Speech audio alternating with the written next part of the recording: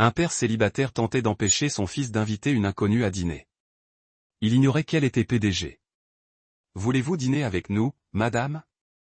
Nous avons de la place. » La voix provenait d'en bas, claire, chaleureuse et totalement inattendue. Evelyn Cross se figea en plein pas. Ses talons effleuraient à peine le bord de la place que la question parvint à ses oreilles, fendant le vent froid de Manhattan comme un ruban de chaleur. Elle baissa les yeux et le vit, un garçon de 6 joues à peine, rosé par ses boucles froides, trempé de neige, serrant un sac en papier, les yeux tachés de graisse et remplis de magie. « Excusez-moi » demanda-t-elle en clignant des yeux comme si elle sortait d'une transe. Le garçon rayonnait. « J'ai dit qu'on avait gardé une place. Papa et moi, c'est Noël, vous savez. Vous ne devriez pas être seul. » Elle le fixa du regard, les mains gantées de cuir d'agneau serrées autour de la bandoulière de son sac Hermès. Le poids de la ville, 20 ans d'attente passée à bâtir un empire, lui parut soudain ridiculement fragile sous le regard sérieux d'un enfant aux moufles trouées. Personne ne lui avait parlé ainsi depuis des années, certainement pas sans demander quelque chose en retour. Du coin de l'œil, elle vit les gens s'agiter, la tête baissée, les bras chargés de sacs de course et de distraction. Son propre service de sécurité rôdait discrètement près de la voiture noire, immobilisée au bord du trottoir. Mais le garçon resta planté là, patient, plein d'espoir. Evelyn ouvrit la bouche pour répondre ce qu'elle ignorait exactement lorsqu'une voix aboya de l'autre côté de la place. Léo, un homme vêtu d'un manteau de laine effiloché, se précipitait vers eux, le visage crispé par l'inquiétude. « On ne peut pas. » Il s'arrêta net en la voyant. Evelyn Cross en chair et en os. La femme dont le visage ornait les couvertures de Forbes et de Fortune. La milliardaire qui avait dit un jour dans une interview, « La compassion ne s'adapte pas. » Les systèmes, oui. Il baissa les yeux vers son fils, puis la regarda de nouveau, la mâchoire crispée, méfiante et protectrice. « Je suis désolé, » dit-il en s'interposant entre eux. Il ne voulait pas te déranger. « Je ne voulais pas, » dit Evelyn avant de pouvoir s'en empêcher. Il y eut un silence. Des flocons de neige tourbillonnèrent entre eux comme des oreilles indiscrètes. Nathan Hay la regarda d'un air sceptique. « Bon, on va quand même te laisser tranquille. » Léo tira sur le manteau de son père. « Mais papa, elle a l'air triste. » Evelyn en eut le souffle coupé. Nathan grimaça, gêné. « Léo. » Mais Evelyn s'agenouilla d'un mouvement qui la surprit elle-même et regarda Léo dans les yeux. « Pourquoi penses-tu que je suis triste ?» Léo haussa les épaules, prosaïquement. « Parce que ton manteau est cher, mais que tes yeux sont vides. » Nathan gémit. « On y va. Viens. » Mais la voix d'Evelyn l'arrêta. « Où est le dîner ?» Nathan cligna des yeux. « Que as-tu dit ? Tu avais une place ? » demanda-t-elle à Léo. « Où est-il ?» Léo sourit. « Ce n'est pas loin. On habite dans l'immeuble en briques rouges avec les lumières qui clignotent trop. Papa dit qu'ils sont possédés. » Nathan laissa échapper un soupir.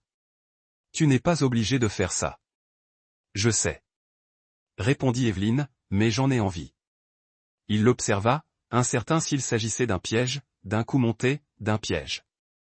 Mais elle ne broncha pas sous son regard. Seule une lueur dans son regard, quelque chose comme de la vulnérabilité ou peut-être de l'épuisement, trahit sa détermination. « D'accord, » dit-il lentement. « Mais on n'aime pas le luxe. » Evelyn se redressa. « Bien. J'ai assez de luxe pour 3 vies. » L'appartement était au 3e étage d'un immeuble sans ascenseur qui sentait vaguement la vieille peinture et la lutte acharnée.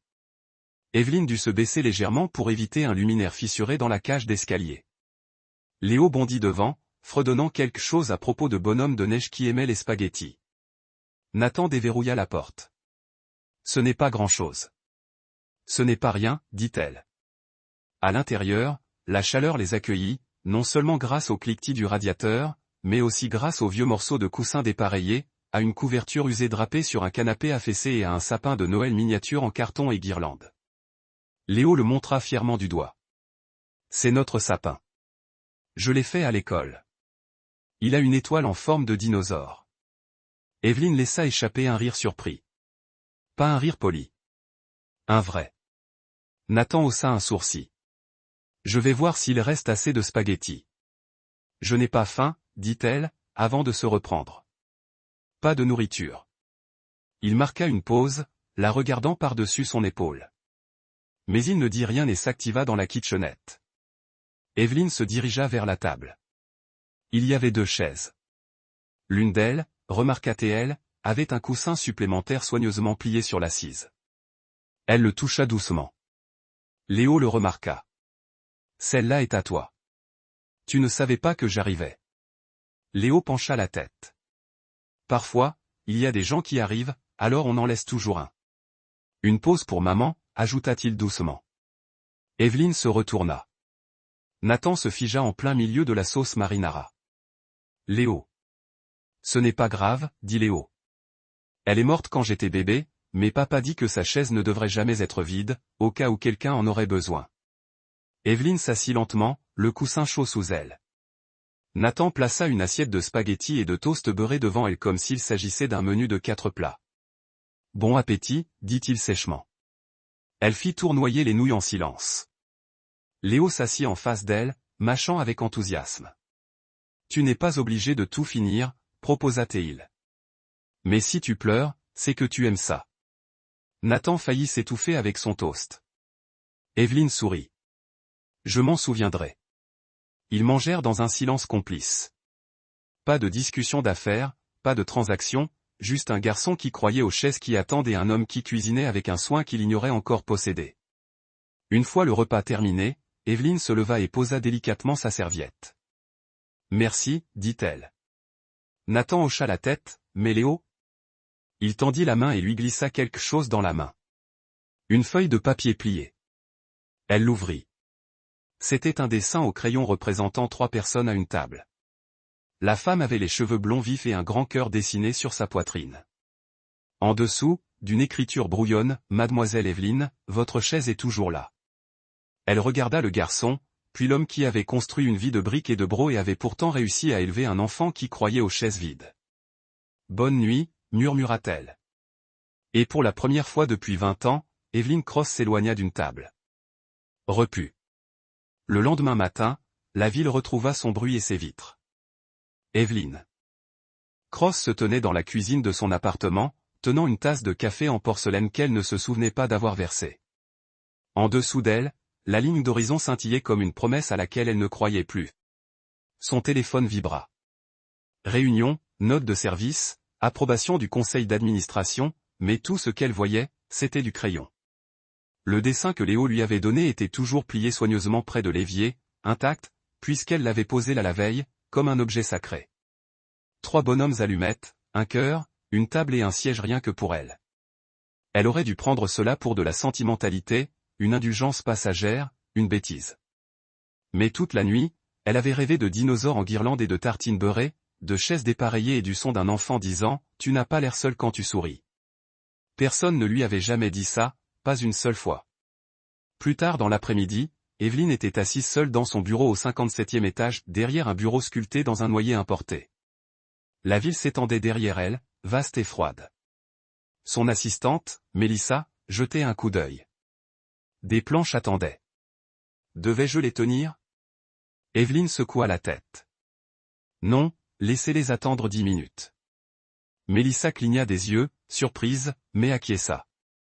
Evelyne fouilla dans son sac à main et en sortit le dessin. Elle le fixa, puis sortit un stylo. Elle traça les mots, ta chaise est toujours là lentement, comme pour les graver dans sa mémoire. L'espace d'un instant, elle songea à envoyer un remerciement, un panier cadeau, quelque chose de raffiné, mais cela lui parut déplacé, comme emballer une fleur sauvage et l'envoyer par la poste à quelqu'un qui ne connaissait que la vraie terre. Au lieu de cela, elle se leva, prit une grande inspiration et attrapa son manteau. Annulez la réunion, dit-elle à Mélissa en sortant. Dites-leur que j'assiste à quelque chose de plus important. L'escalier paraissait encore plus étroit à la lumière du jour. Elle hésita dehors, fixant le bâtiment comme s'il risquait de disparaître si elle le regardait trop attentivement. Ce n'était pas son monde. Ce n'était pas censé être. Mais elle appuya quand même sur la sonnette. Après un long silence, la porte s'ouvrit. Le regard de Nathan croisa le sien à travers l'ouverture. Il y eut un scintillement, de la reconnaissance, de l'incrédulité, et quelque chose de bien plus prudent. Mademoiselle Cross, dit-il lentement. À quoi devons-nous cet honneur? Elle leva le dessin. Je suis venu rendre ceci et l'écharpe. Léo avait oublié. Il ouvrit la porte plus grand. Vous auriez pu l'envoyer par la poste. Je n'aime pas envoyer des choses importantes par la poste. Cela le fit réfléchir.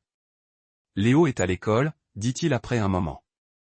Je passe le chercher à 15 heures. Je ne suis pas là pour lui, dit-elle doucement. Pas seulement pour lui. Nathan s'appuya sur le cadre. Tu n'as vraiment pas l'habitude d'être refoulé, n'est-ce pas? Non, admit-elle. Un silence s'installa entre eux.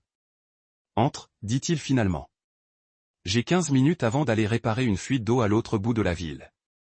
L'appartement n'avait pas changé, et pourtant, sans le bavardage de Léo, il semblait différent. Evelyne était assise à la même table. La chaise était toujours là, celle que Léo lui avait réclamée. Nathan lui versa une tasse de café, les mains rudes, étonnamment douces avec la tasse ébréchée. Tu diriges un empire de plusieurs milliards de dollars, dit-il en lui faisant glisser la tasse. Et tu es ici, dans un endroit où le chauffage chante de l'opéra tous les matins. J'en ai assez du silence, dit-elle. L'opéra, c'est mieux. Nathan eut un sourire narquois. Tu n'es pas celle que j'attendais. Toi non plus, dit-elle. Tu n'es pas en colère. Pas encore. Elle pencha la tête. Nathan s'assit en face d'elle. J'essaie de comprendre pourquoi une femme comme toi a débarqué dans notre monde. Est-ce de la culpabilité, de la curiosité, ou es-tu simplement lassé des tables impeccables sans personne à qui parler? Sa réponse fut douce. Peut-être que j'ai juste raté le son de l'importance. Nathan resta silencieux un long moment. Puis il dit, c'est dangereux de dire ça. Avoir besoin et être nécessaire, ce sont deux chemins différents. L'un mène à une impasse. Les yeux d'Evelyne vacillèrent. J'y croyais autrefois. Je ne sais plus si j'y crois encore. L'atmosphère entrechangea. Ni plus chaude, ni plus froide, juste plus lourde de vérité trop grande pour être nommée. Tu n'as pas à nous sauver, dit Nathan. On n'est pas une affaire de charité. Je sais. Tu n'es pas là pour nous réparer, n'est-ce pas? Elle secoua la tête.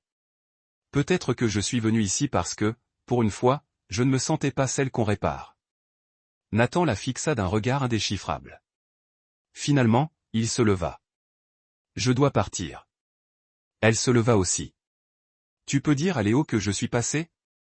Nathan la raccompagnait jusqu'à la porte. Il voudra savoir. Mais si tu comptes disparaître après ça, fais-nous une faveur. Ne reviens plus.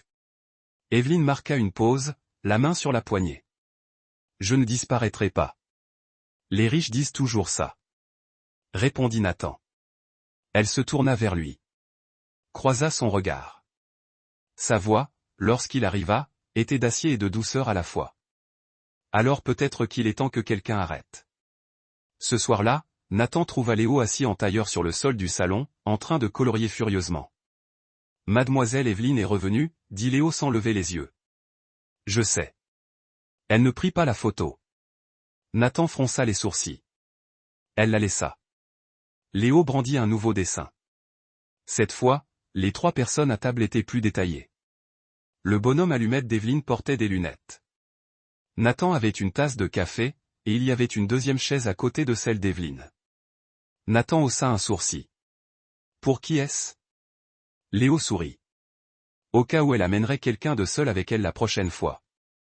Nathan s'assit à côté de lui, stupéfait par la logique simpliste d'un enfant qui n'avait jamais appris à garder espoir. Tu crois vraiment qu'elle reviendra? Demanda-t-il. Léo n'hésita pas. Elle avait déjà une place. Puis il tendit un crayon à Nathan. Tu veux l'aider à colorier les étoiles au plafond? Nathan prit le crayon et hocha la tête. Peut-être, ce n'était pas une mission de sauvetage. Peut-être une invitation. Et peut-être que pour la première fois depuis des années, il réfléchissait à ce que cela signifierait de dire oui. Evelyne Cross ne frappa pas cette fois. Elle se tenait au bord du trottoir, en face de l'appartement Haye, le col de son manteau relevé, un sac en papier de la vieille librairie sous le bras. C'était la fin de la matinée du dimanche, le genre de matinée où le temps s'écoulait au ralenti, et où l'air embaumait l'odeur des bagels frais et des sirènes lointaines. La ville s'étirait. Evelyne retenait son souffle. Elle ne savait pas à quoi s'attendre. Peut-être le visage de Léo était-il à nouveau collé à la fenêtre, agitant les mains, ou Nathan ouvrant la porte avec cette méfiance discrète qu'il portait comme un second manteau. Mais rien ne bougea. Elle se retourna pour partir. Puis elle vit le dessin scotché à la porte de l'immeuble. Un dessin d'enfant. Des traits de crayon délavés au dos d'un ticket de caisse. Une femme aux longs cheveux blonds. Une table. 2 chaises toujours là, attendant. À l'intérieur de l'appartement, Nathan grattait des miettes de pain grillé dans l'évier quand on frappa enfin. Léo se précipita vers la porte avant de pouvoir dire quoi que ce soit. « C'est elle » cria-t-il. Nathan soupira. « Léo, attends. » Mais c'était trop tard. La porte s'ouvrit brusquement et Evelyne resta là, un peu essoufflée, un peu incertaine. Léo lui serra la jambe aussitôt. « Tu es revenu ?» Evelyne se redressa, surprise par l'importance de ce petit geste. « Si, dit-elle en souriant. Mais seulement parce que tu as promis à ton père qu'il faisait les meilleures crêpes du monde. » Léo se retourna. « Papa ?» Elle dit « Oui. » Nathan apparut dans l'embrasure de la porte, le visage indéchiffrable. « Je ne m'attendais pas à te revoir. » Evelyne brandit le sac de la librairie. « J'ai trouvé quelque chose. Je pensais que ça pourrait plaire à Léo. » Nathan s'écarta sans un mot pour la laisser entrer. Le livre était vieux, relié, la couverture craquelée par le temps. De l'architecture pour le jeune rêveur. Léo le feuilleta avec émerveillement, ses doigts effleurant les pages comme s'ils allaient s'arracher sous l'effet de l'émerveillement. « Où as-tu trouvé ça ?» demanda Nathan d'une voix plus basse. « On me l'a donné quand j'étais jeune », répondit Evelyne. « Il m'a appris que les plans ne sont pas réservés aux bâtiments. C'est pour les secondes chances. » Nathan la regarda. Quelque chose changea dans son expression. Léo leva les yeux. « Je peux dessiner des bâtiments avec des étoiles ? » « Tu peux construire n'importe quoi, » dit-elle en s'accroupissant à côté de lui. « Du moment que tu te souviens pour qui tu construis. » Plus tard, quand Léo s'enfuit pour colorier des gratte-ciel faits de guimauve et de clair de lune, Evelyne s'attarda près de la table. Nathan lui tendit une tasse de thé sans lui demander ce qu'elle préférait. « Je n'aime toujours pas le silence ?» demanda-t-il. « J'apprends à l'écouter, dit-elle. C'est plus fort que je ne le pensais. » Nathan l'observa attentivement. « Tu lisais vraiment ce livre ?» demanda-t-il. Evelyne hocha la tête. Les nuits où le monde ressemblait à une pièce fermée à clé. Il s'appuya contre le comptoir. « Alors, qu'est-ce qui a ouvert la porte ?» Elle hésita. « Je ne l'ouvris pas. » Quelqu'un laissa une chaise de l'autre côté. Il la regarda longuement, comme s'il hésitait à la croire. « Tu ne me sembles pas avoir besoin de toi. De la compagnie. Personne n'en a besoin tant qu'on ne se souvient pas de ce que c'est que d'être vu. » Nathan serra les dents. Il détourna le regard. « J'ai déjà vu des gens comme toi, dit-il finalement. Ils apparaissent, goûtent la chaleur, puis disparaissent quand ça ne leur semble plus nouveau. C'est juste. Alors pourquoi n'as-tu pas disparu ?» Evelyne reposa doucement sa tasse. « Parce que la dernière fois que je suis parti, le silence m'avait suivi jusqu'à la maison. » Il croisa son regard et, l'espace d'un instant, tout s'adoucit. La pièce, la lumière, la réserve de son attitude. « Je ne fais pas facilement confiance, dit-il. »« Je ne reste pas facilement, répondit-elle. Et pourtant, ils étaient toujours là. » Léo s'endormit tôt ce soir-là, recroquevillé sur le canapé, tenant toujours son plan à moitié colorié d'un bâtiment en forme de cœur. Evelyne le regarda tandis que Nathan nettoyait les quelques assiettes qu'ils utilisaient. « C'est un bon garçon, dit-elle doucement. » Nathan hocha la tête. « J'ai essayé de lui offrir un monde qui ne lui manque pas, et toi ?» Il lui jeta un coup d'œil. « J'ai essayé. » Un silence. Evelyne s'approcha de la fenêtre. Dehors, la ville vibrait de vie auquel elle ne se sentait plus connectée. Mes parents étaient des fantômes en costume sur mesure. Elle dit, avant, je frappais à leur porte même ouverte. Nathan s'essuya les mains en silence. Ils m'ont adopté dans un foyer d'accueil quand j'avais 8 ans. Ils m'ont mis en pension 2 ans plus tard parce que mon rire était trop dérangeant. Elle rit une fois, sans humour. J'ai appris à me taire. Puis j'ai appris à parler assez fort pour être écouté, mais je n'ai jamais appris à être entendu. Nathan s'approcha. Qui t'entend maintenant ? Elle le regarda. Léo, oui, murmura-t-elle. Et tu pourrais bien. L'espace entre n'offrait aucune promesse, seulement des possibilités. Nathan expira. Tu veux venir avec nous demain? Léo organise une journée portes ouvertes à l'école. Il présente ce qu'on appelle la chaise des sentiments. Evelyne cligna des yeux. La quoi? Nathan eut un sourire narquois. Apparemment, c'est une chaise où l'on s'assoit quand on est trop submergé par les émotions pour parler. Elle sourit. On dirait quelque chose que le monde pourrait en avoir plus. Tu es sûr que tu n'es pas occupé à construire des gratte-ciel? Evelyne marqua une pause. Demain, je préfère instaurer la confiance. Nathan ne répondit pas, mais il passa la main derrière elle et ouvrit le placard à manteau. Il en sortit son écharpe, celle qu'elle avait laissée derrière elle ce premier soir. Il la lui tendit. On ne garde pas ce qui n'est pas à nous, mais on la garde, au cas où elle reviendrait. Elle la prit avec précaution. Puis je suppose que je suis contente de l'avoir fait. Et alors qu'elle sortait dans la fraîcheur du soir, l'écharpe enroulée autour de son cou, Evelyne Cross réalisa quelque chose qu'elle n'avait pas réalisé depuis des décennies. Elle n'était pas simplement venue ici. Une part d'elle-même commençait à lui appartenir. Cela faisait 17 jours qu'Evelyne Cross s'était assise pour la première fois à la table de la cuisine des Halles. Non pas qu'elle comptait, elle se dit que c'était une coïncidence de passer avec des livres. Léo aimerait peut-être se renseigner auprès de Nathan au sujet des permis municipaux pour lesquels il ne lui avait pas demandé son aide, s'arrêtant juste le temps de dire qu'elle était dans le quartier. Mais un mardi après-midi, alors que la neige s'accumulait doucement sur en arrivant à l'escalier de secours, Evelyne trouva la porte déjà entr'ouverte. Un rire intérieur, chaleureux, franc, sans phare. Il cessa dès qu'elle entra. Nathan était accroupi par terre, aidant Léo à coller des bâtonnets de glace pour former un château de guingois. Léo leva les yeux et sourit. Mademoiselle Evelyne, vous arrivez juste à temps. Nous construisons Fort Feeling. Nathan ne sourit pas. Au lieu de cela, il se leva lentement et s'essuya les mains sur un torchon. Vous n'étiez pas attendu aujourd'hui. Evelyne brandit un sac. J'ai apporté du pain d'épices, du vrai, avec des épices et des bords brûlés. Léo sursauta. Avez-vous apporté l'histoire? Evelyne cligna des yeux. Quelle histoire?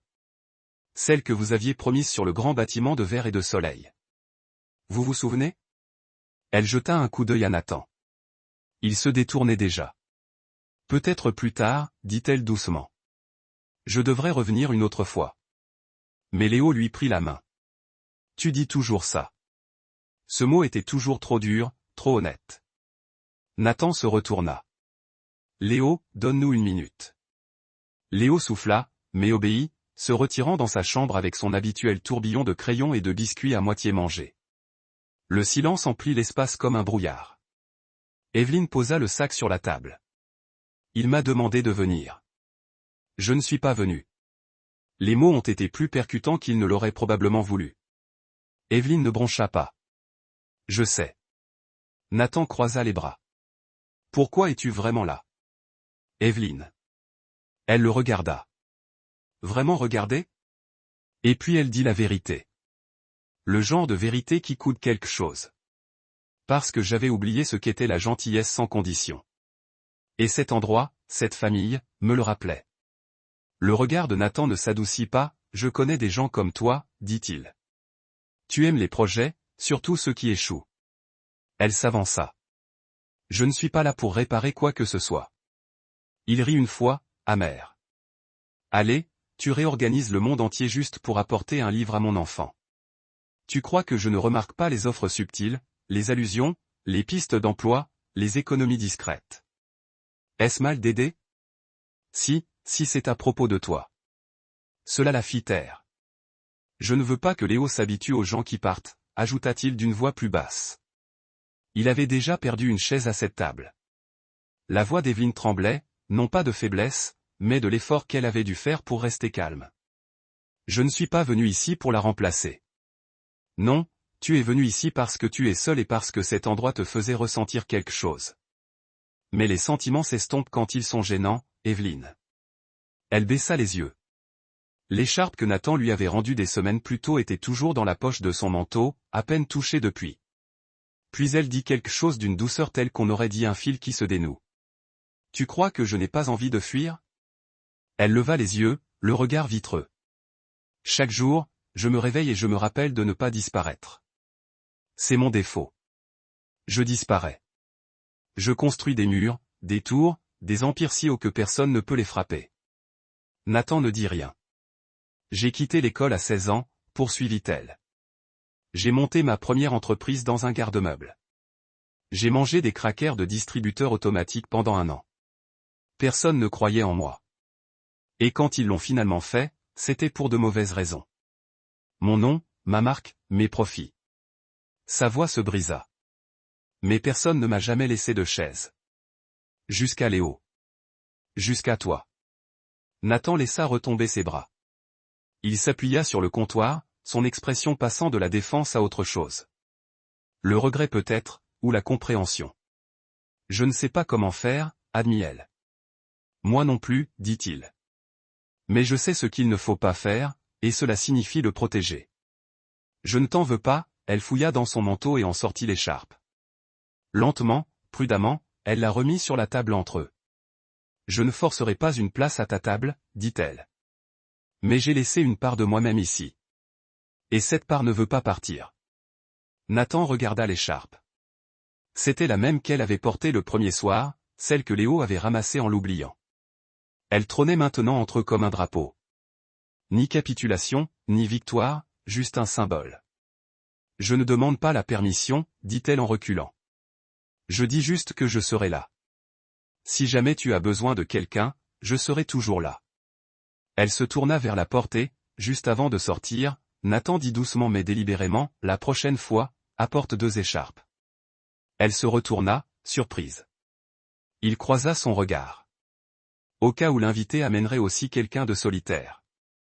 Et d'un seul coup, le froid entre eux ne fondit pas. Il se déplaça.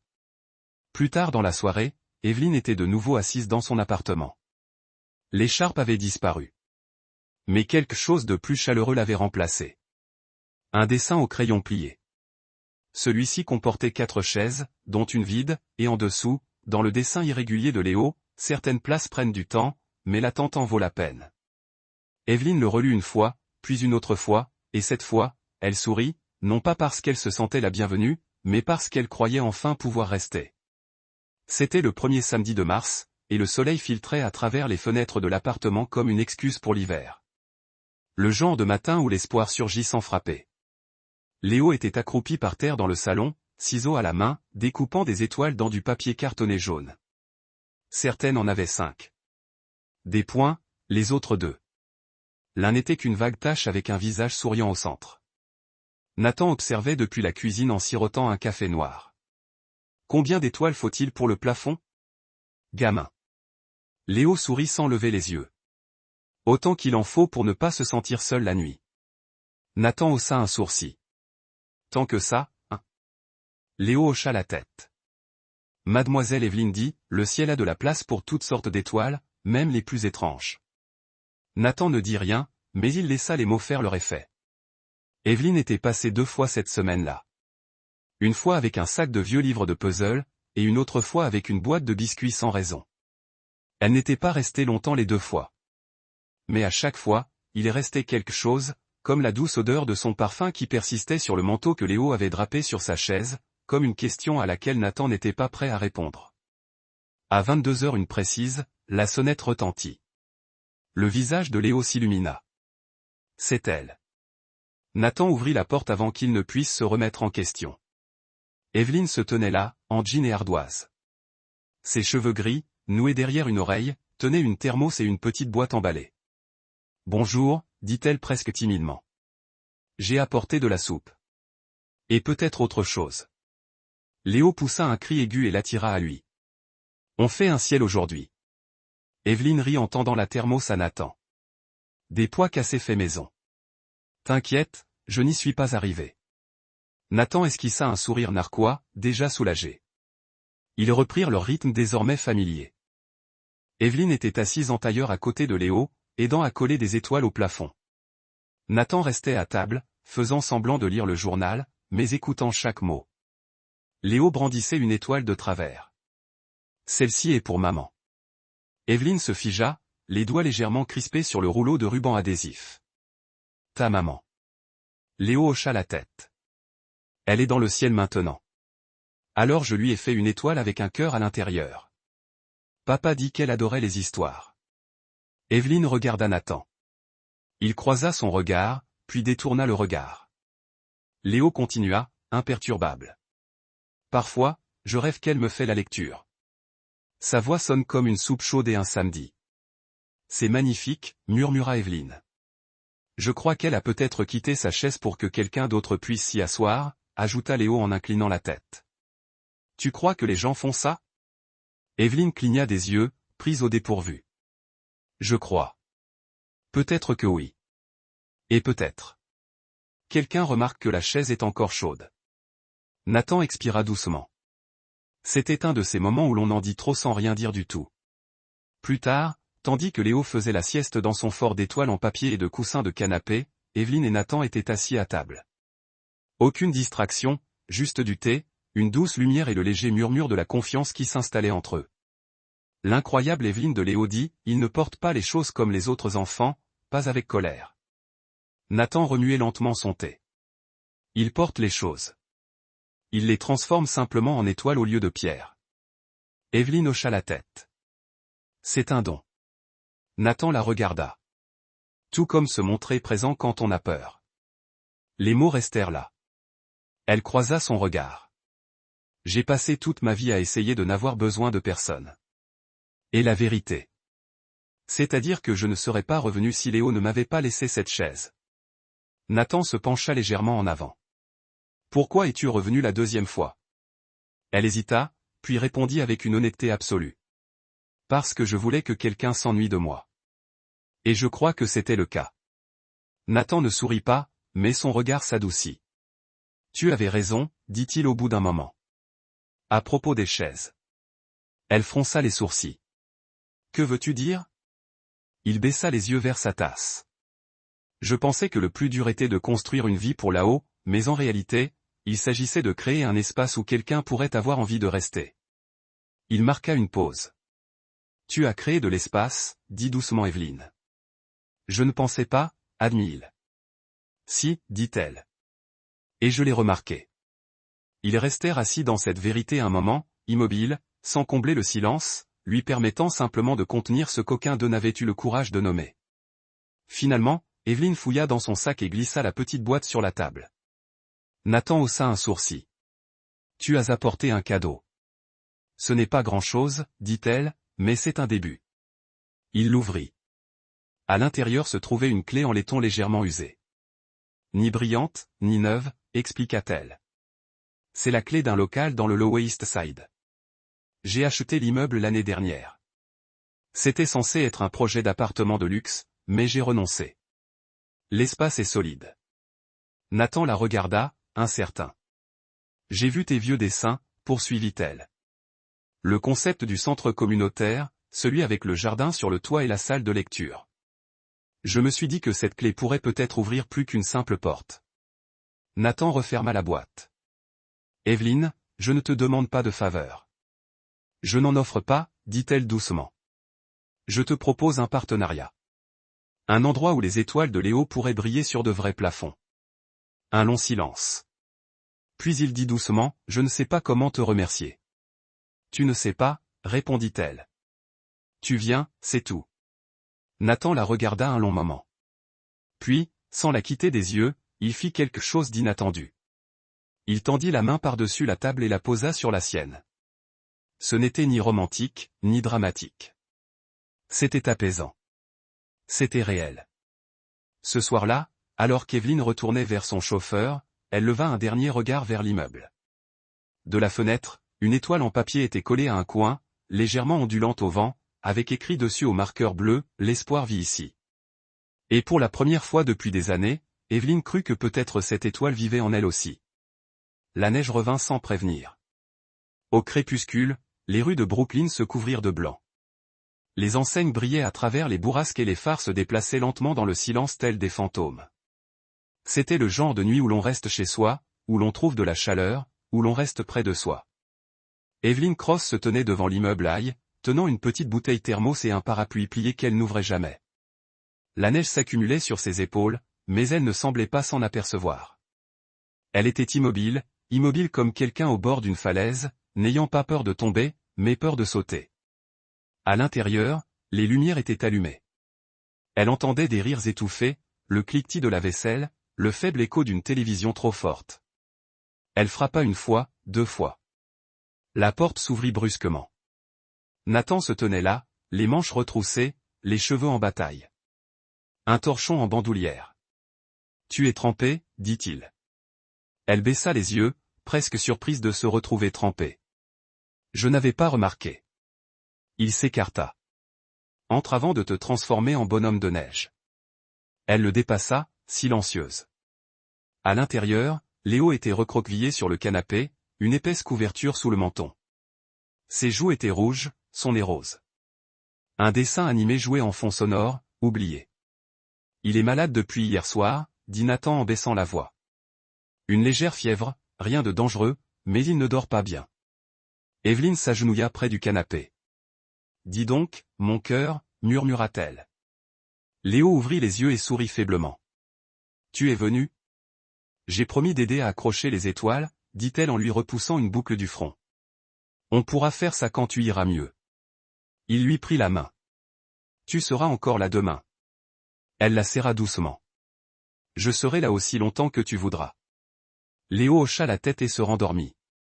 Nathan l'observa de l'autre côté de la pièce. Elle se leva lentement et se dirigea vers la cuisine. Il la suivit en lui tendant une tasse. Ça va? Evelyne hocha la tête, simplement fatiguée. Ils s'assirent l'un en face de l'autre, dans le silence. Le radiateur siffla en signe de protestation. La neige tomba dehors comme si le temps s'était arrêté. Et puis, sans prévenir, le souffle d'Evelyne s'accéléra. Elle pressa sa paume contre ses yeux comme pour empêcher quelque chose de s'échapper. Nathan se pencha. En avant. Dis donc, je vais bien. Et toi, non? Elle secoua la tête. Ce n'était pas censé arriver. Qu'est-ce qui ne s'est pas passé? Je n'étais pas censé ressentir autant. Elle le regarda maintenant, les yeux brillants, la voix brisée dans tous les recoins qu'elle cachait habituellement. J'ai passé des années à me perfectionner. La distance, être nécessaire sans jamais avoir besoin, donner sans jamais attendre. Et maintenant, ce garçon me dessine des étoiles et me réserve une chaise. Et je? Elle s'arrêta. Nathan ne dit rien. Alors elle fit ce qu'elle n'avait jamais fait devant personne. Elle pleura silencieusement, pleinement, non pas des larmes gracieuses, mais des sanglots humains, bruts et douloureux, venus d'un endroit ancien et enfoui. Nathan n'essaya pas d'arranger les choses. Il resta simplement assis avec elle. Au bout d'un moment, elle reprit son souffle. Je suis désolée, murmura-t-elle. Ne sois pas désolée. Elle eut un rire tremblant. Léo pensera que je suis une épave. Il pensera que tu es réel. Elle leva les yeux. Est-ce suffisant? Nathan se pencha en avant, les coudes sur la table. C'est tout. Ils étaient assis dans la chaleur d'une vulnérabilité partagée. 2 personnes ne faisant plus semblant d'aller bien. Je pensais que la force était le silence, dit Evelyne doucement. Maintenant, je pense qu'elle se manifeste quand même. Nathan sourit faiblement.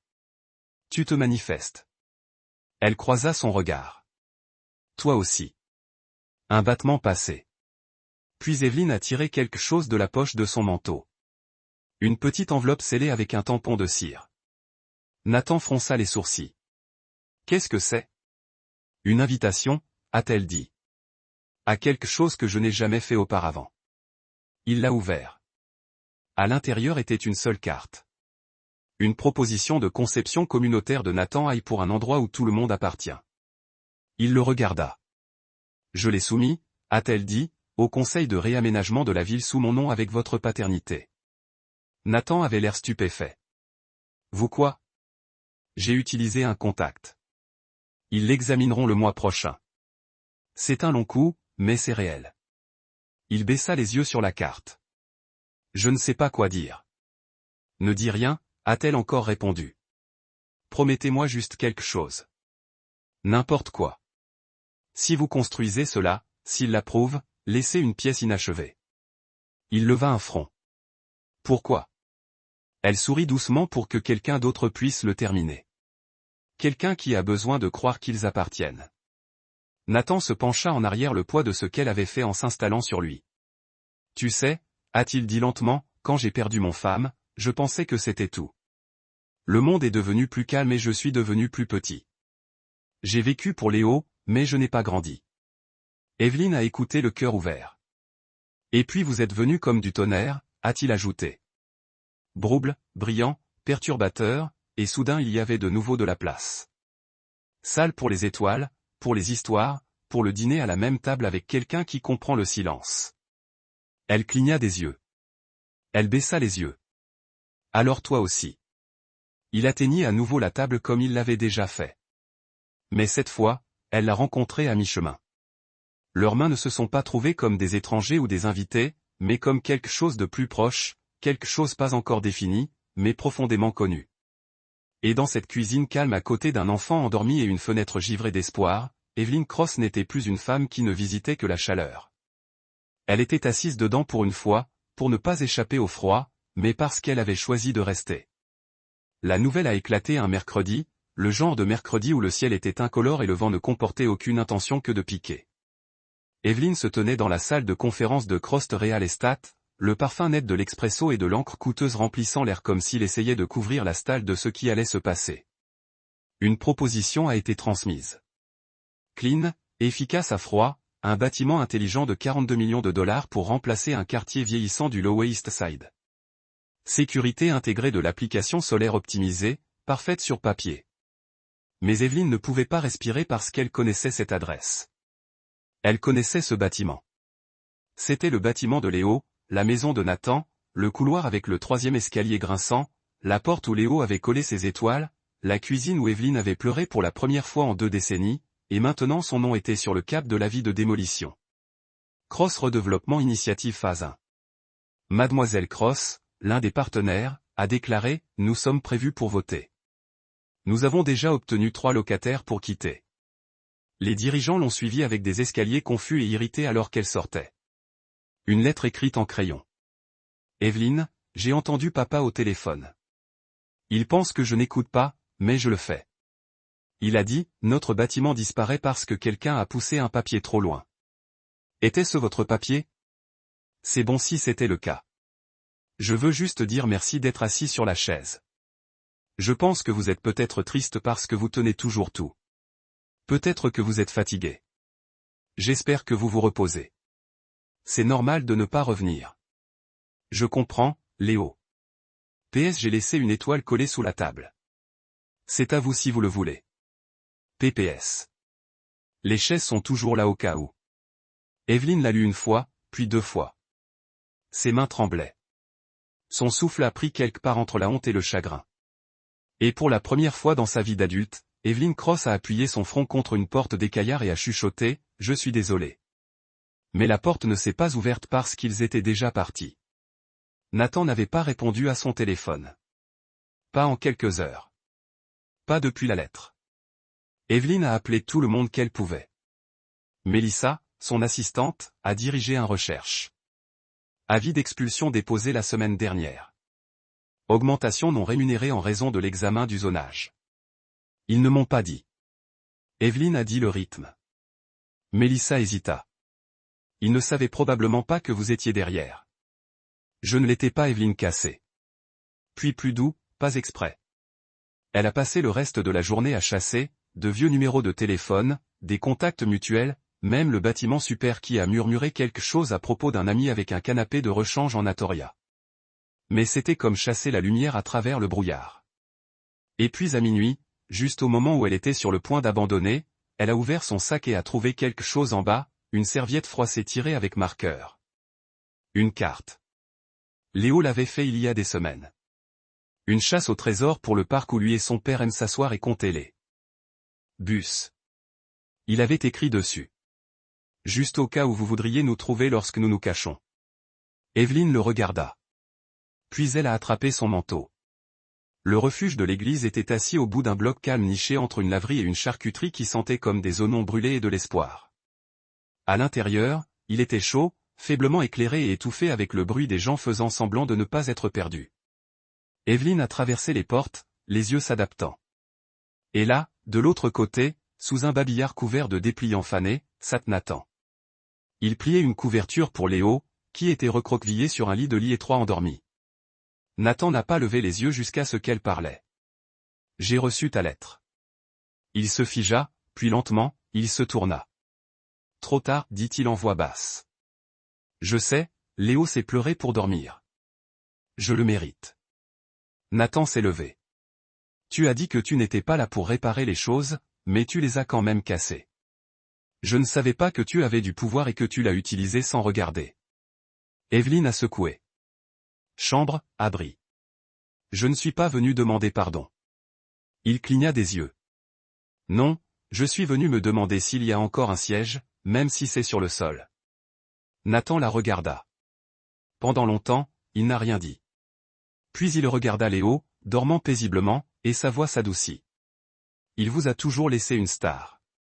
Evelyne ferma les yeux. J'ai vu. Nathan tendit la poche de son manteau et sortit un morceau de papier plié. Il le lui a tendu. Elle l'a déplié. C'était un dessin. Elle, lui, Léo, l'abri de l'église, mais dessiné comme un château. Les fenêtres brillaient, les étoiles au-dessus de celles-ci plus brillantes que tout ce qu'elle l'avait vu dessiner auparavant. En dessous, dans le gribouillage en bloc de Léo, la maison n'est pas un endroit. Ce sont des gens qui ne courent pas. Evelyne a serré le papier à sa poitrine. Je ne cours pas, a-t-elle dit. Alors restez, a répondu Nathan.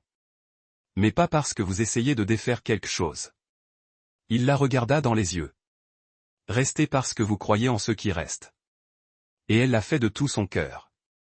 Pour la toute première fois qu'elle l'a fait. Le refuge sentait le riz trop cuit et les prières en papier. Evelyne n'est pas partie depuis minuit. Elle avait tiré une chaise dans le coin le plus éloigné à côté du lit de Léo et s'assit avec une couverture enroulée autour de ses épaules. Non pas parce qu'elle faisait froid, mais parce que pour la première fois depuis des années, elle ne voulait pas être ailleurs. La lumière du matin s'est glissée à travers des vitraux, douce et incertaine, comme s'il n'était pas sûr qu'il était le bienvenu dans un endroit comme celui-ci. Métilla Léo, frottant les yeux. Evelyne a redressé son cœur un battement de tambour calme. Il cligna des yeux vers lui, puis sourit, somnole, sincère. Vous êtes resté. Elle hocha la tête, la voix attrapant.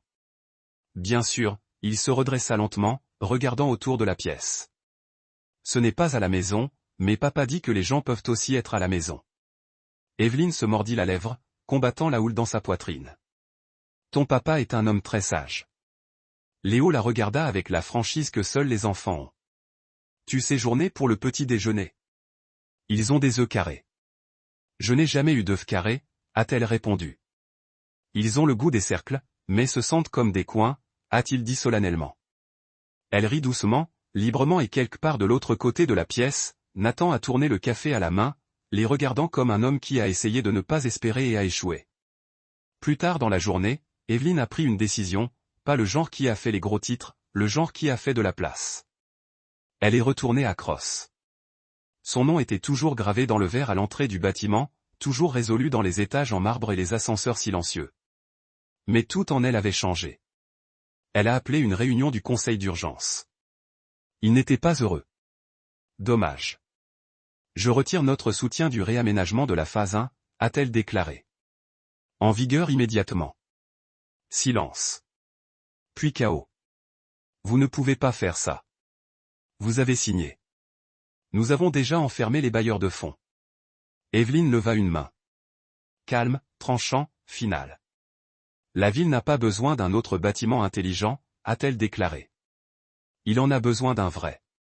L'une construite sur la communauté, à l'écoute, sur le séjour. La pièce regarda. Jaloux des fonds personnels pour soutenir un nouveau projet. Celui qui a déjà été conçu, n'a jamais entendu. Elle a levé le plan de Nathan. Un centre communautaire. Logement abordable sur le dessus. Jardin sur le toit, salle de classe, salle de lecture, espace où les gens ne vivent pas seulement, ils appartiennent.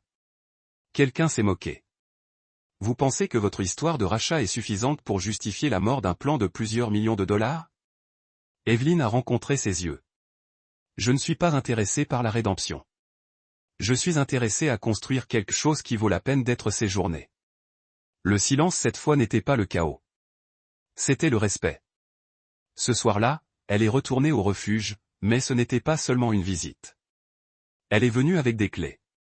Nathan regarda le laiton usé dans sa main et leva un sourcil. Vous prévoyez de nous construire un château?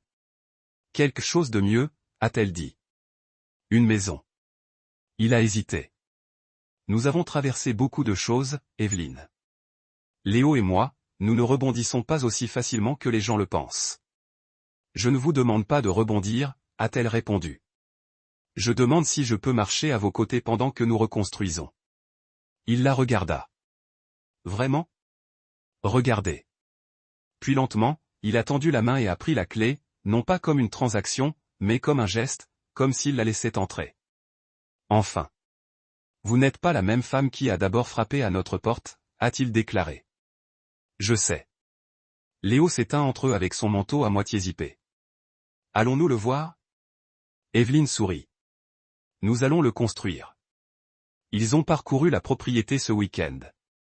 Le bâtiment était fatigué, ses os grinçant des années à ignorer. Mais il y avait aussi quelque chose de noble à ce sujet, comme une histoire qui attendait d'être réécrite. Léo accourut dans les couloirs, les bras tendus comme des ailes. Puis choisir la couleur de la salle de lecture? Nathan regarda Evelyne. Il s'est déjà fait du PDG. Il a un bon instinct, a-t-elle répondu. Ils ont trouvé une vieille pièce près de l'avant, vide, poussiéreuse, mais pleine de lumière. Evelyne s'est arrêtée. C'était le front office. Nathan hocha la tête. Je rêvais de le transformer en salle d'écoute. Juste un endroit où les gens pouvaient parler et savoir que quelqu'un les entend. Evelyne a touché le rebord de la fenêtre où la lumière du soleil a dansé à travers la peinture fissurée. Gardons-le de cette façon. Il se tenait là silencieux jusqu'à ce que Léo apparaisse à nouveau en tenant une chaise pliante qu'il trouva dans un placard de rangement. J'ai apporté une chaise, a-t-il dit fièrement. Juste au cas où quelqu'un se présenterait. Nathan rit. Pour qui? Bourgure. Léo haussa les épaules. Pour le prochain Evelyne. Evelyne a gelé. Puis elle a souri parce qu'elle a compris que la chaise ne représentait pas qui elle avait été. C'était pour quelqu'un d'autre.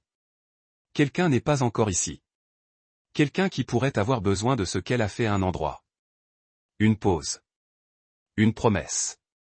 Elle s'est accroupie à côté de Léo et a dit, c'est la chaise la plus importante de tout le bâtiment. Il rayonna.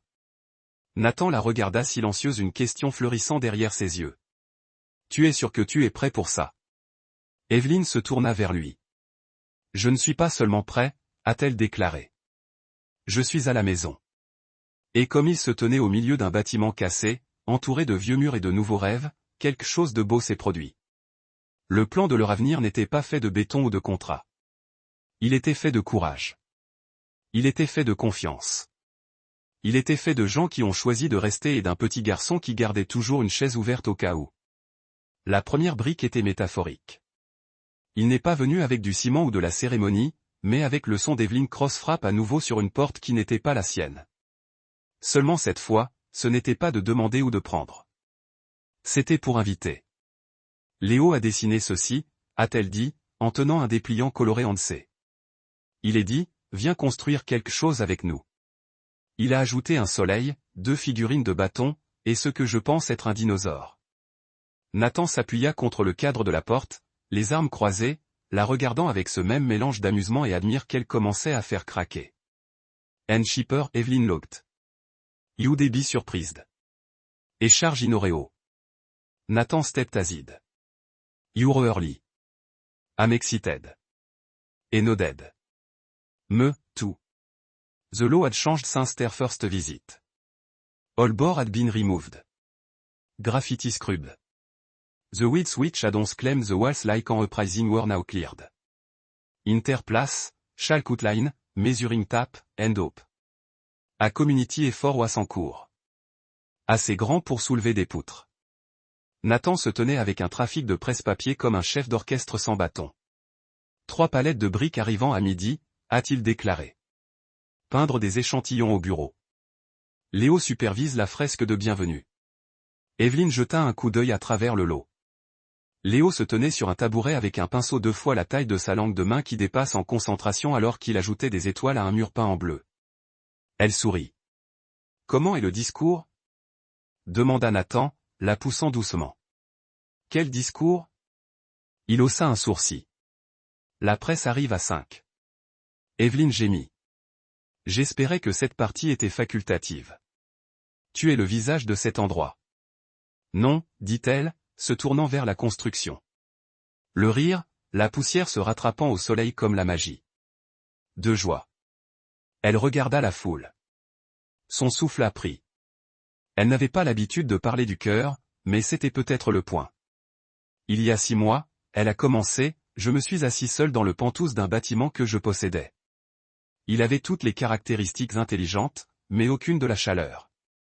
Je pouvais contrôler la température de mon téléphone, mais je ne pouvais pas contrôler la solitude. Une pause. Puis elle a poursuivi, j'ai rencontré un garçon qui m'a sauvé un siège à sa table. Un seul siège. Ce n'était pas fantaisiste. Ce n'était pas prévu. C'était ouvert.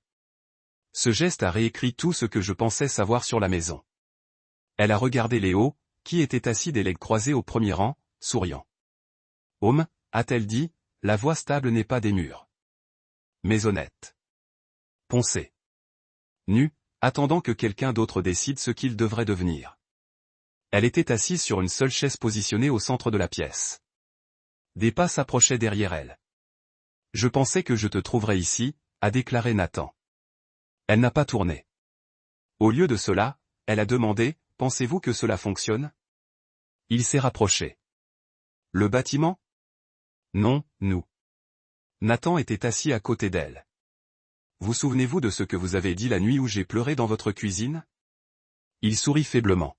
« J'ai dit que tu étais réel. » Elle hocha la tête. « Tu m'as fait croire. » Il tendit la main vers sa main. Cette fois, les deux étaient stables. « Vous n'avez pas besoin de tout réparer pour mériter de rester. » Il a dit, « Vous avez juste besoin de continuer à vous présenter. » Elle l'a regardé et a chuchoté, « Alors je suis ici. » La chambre était calme, mais elle n'était pas vide. Parce que parfois, le plus vrai genre d'amour ne vient pas dans de grandes déclarations. Il vient en présence, dans une chaise se rapprocher, dans une main ne se laissant pas laisser aller, et dans un murmure si doux qu'il ne pouvait être entendu que par quelqu'un qui avait finalement appris comment écouter. Le ciel était en velours et plein d'étoiles, de vrai cette fois. Non coupé du papier, non collé au plafond, mais large et non filtré, s'étendant sans cesse au-dessus du toit du centre communautaire à moitié renoué. Léo est allongé sur un sac de couchage à côté d'un télescope que quelqu'un avait donné des noms chuchotés pour des constellations qui n'existaient pas. Celui-ci ressemble à une gaufre dansante, a-t-il dit en pointant.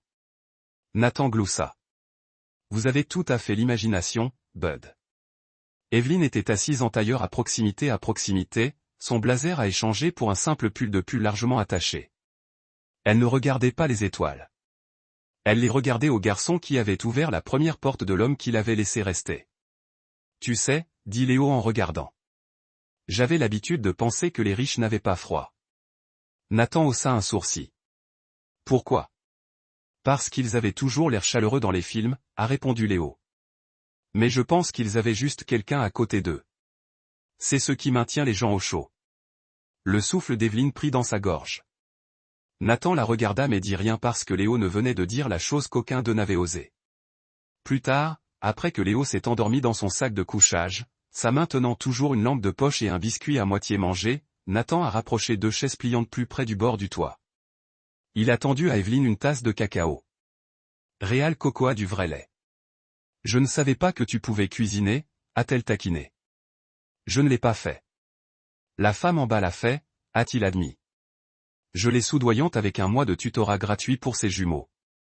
Evelyne a ri, ingénieuse. C'est ma description de travail, a-t-il dit. Ensuite, après une pause, et une compétence de survie. Ils se sont assis en silence un instant, la ville respire autour de leur circulation, bourdonnant des lumières clignotant comme des ligous éloignés. Vous manquez votre vieille vie ? Demanda Nathan. Evelyne sirota son cacao. Parfois surtout le silence. Il avait l'air surpris. J'avais l'habitude de penser que le silence signifiait la paix, a-t-elle poursuivi. Mais c'était juste de la solitude déguisée en luxe. Nathan acquiesça lentement. J'avais l'habitude de penser que le chaos voulait dire échec. Ils ont tous deux souri parce que maintenant entourés de canettes de peinture, de notes collantes, de bénévoles communautaires et d'un enfant de 6 ans très avisé, ils savaient mieux. Avez-vous déjà eu peur? Elle a demandé. Le regard de Nathan n'a pas quitté le sien. Ce n'est que lorsque je commence à croire que cela pourrait durer, a-t-elle avalé fort. Nathan, dit-elle doucement. Je ne vais nulle part. Ses yeux fouillaient les siens. Tu es sûr? Elle a pris un souffle tremblant. J'ai passé des années à construire des choses qui devaient durer éternellement. Bâtiments, systèmes, empires, mais ils étaient toujours à une tempête de s'effondrer. Elle tendit la main et prit la main. Quoi qu'il en soit, cela ne ressemble pas à quelque chose que j'ai construit. Cela ressemble à quelque chose que j'ai finalement trouvé. Nathan baissa les yeux sur leurs mains. Léo continue de demander si vous emménagez, a-t-il dit avec un sourire narquois. Evelyne cligna des yeux et je lui ai dit que les adultes prennent plus de temps pour déballer leurs peurs que leurs meubles. Elle sourit doucement, sciemment. Eh bien, dit-elle, peut-être qu'il est temps que j'ai commencé à déballer. Ils se sont assis là dans le silence des mains de la ville joignait le froid du toit, mais l'espace entre eux se réchauffe. Puis Nathan se tourna vers elle. Puis-je vous demander quelque chose? Bien sûr. La nuit où tu es venue pour d'abord dîner. De quoi fuyais-tu? Evelyne était silencieuse. Puis elle a répondu, pas comme un PDG, mais comme une femme qui avait manqué d'armure. Je ne courais pas, murmura-t-elle. Je tombais, et je ne savais pas, il tendit la tenue de coups de cheveux. Pas en tant qu'invité. Pas en tant que personne fixant quelque chose, tout comme Evelyne. Elle regarda le toit, allait haut, se recroquevillait et rêvait, à la ville qui ne se sentait plus comme une forteresse, puis de retour à Nathan, dont les yeux ne tenaient rien d'autre que la vérité patiente. Elle ne parlait pas. Juste la paix. Seulement 2 personnes qui avaient finalement cessé de courir. Ils attendent juste que le bon cœur rentre à la maison. Le vent portait un bourdonnement calme ce matin-là, ni froid ni chaud, juste doux. Le genre de brise qui ressemble à une mémoire frottant la peau. Disons que ce soit. L'épaule, l'autre cachée dans le manteau qu'Evelyne avait dit un jour, l'aspect est resté fiable. Devenu silencieux, non pas de l'obligation, mais de l'anticipation. Elle prit une respiration et se tourna vers eux. Nous avons construit cet endroit, a-t-elle commencé, avec des briques et de la sueur et des revers. Mais la vérité est qu'elle était déjà en cours de construction bien avant que le premier mur ne monte. Elle regarda vers Nathan et Léo. Cela a commencé avec l'invitation d'un enfant. Un dîner, un siège, une question que je ne savais pas que j'attendais toute ma vie, tu veux dîner avec nous? La foule gloussa doucement, chaleureusement. C'était juste une chaise, a poursuivi Evelyne. Mais il tenait plus que de la nourriture. Il avait un espace pour le chagrin, pour la grâce, pour grandir. Elle s'arrêta, et maintenant ce bâtiment est non seulement à cause des plans ou de l'argent, mais à cause de personnes qui pensaient que laisser une chaise ouverte pourrait simplement sauver quelqu'un. Elle se tourna vers Léo. Pourriez-vous faire le portal à la poubelle et accourut à son côté. D'accord, tout le monde, cria-t-il. Sur le compte de 3, la foule a ri. 1, 2, 3. Le ruban a cassé propre. Les applaudissements ont sonné comme des carillons éoliens dans une tempête d'été, joyeuse, non scénarisée, gratuite. Evelyne a reculé et Nathan est venu pour la soutenir. Vous l'avez fait, a-t-il dit. Elle a secoué la tête. Léger, peu importe le temps à l'extérieur, et au centre de toute la salle d'écoute, calme, chaleureux, simple. Avait un livre reposant sur son bras. L'autre n'avait rien d'autre qu'une note défilée dans l'écriture de Léo. Asseyez-vous ici si vous voulez être entendu. Evelyne se dirigea et s'assit sur la chaise vide. Elle a placé une photo pliée sur la table entre eux.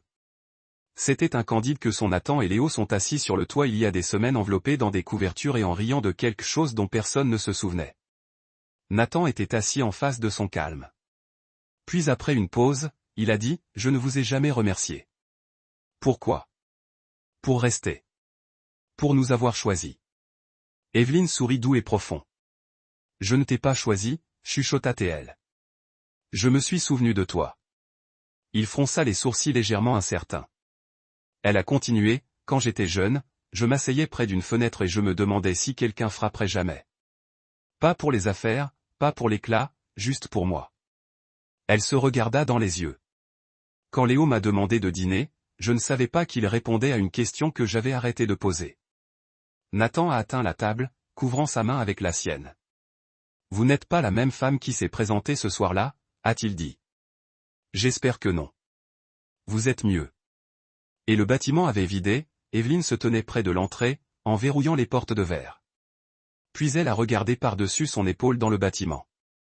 Les lumières se sont dimensionnées, les murs se réchauffent, l'air fredonnant toujours de rire, et à côté de la porte, un banc. Dessus, une petite plaque avait été installée quelques heures auparavant. Elle ne l'avait pas su jusqu'à présent. Elle s'est rapprochée et a lu, pour tout le monde qui attend toujours que quelqu'un reste. Elle se tourna vers Nathan et hocha la tête. Je suis déjà à la maison des semaines plus tard. Par un après-midi froid, un homme en vêtements en lambeaux se tenait devant le centre, fixant la porte. Il avait l'air incertain, trop de jours derrière lui, trop peu de vent. Léo ouvrit la porte. Salut, dit le garçon. Tu cherches quelqu'un? L'homme secoua la tête. Je passe juste. Léo inclina la tête. Nous avons de la nourriture et des sièges et un très bon canapé. L'homme a hésité. Je ne suis pas sûr d'appartenir. Léo sourit doucement. Nous gardons toujours une chaise ouverte au cas où. Et à l'intérieur, Evelyne leva les yeux de son bureau.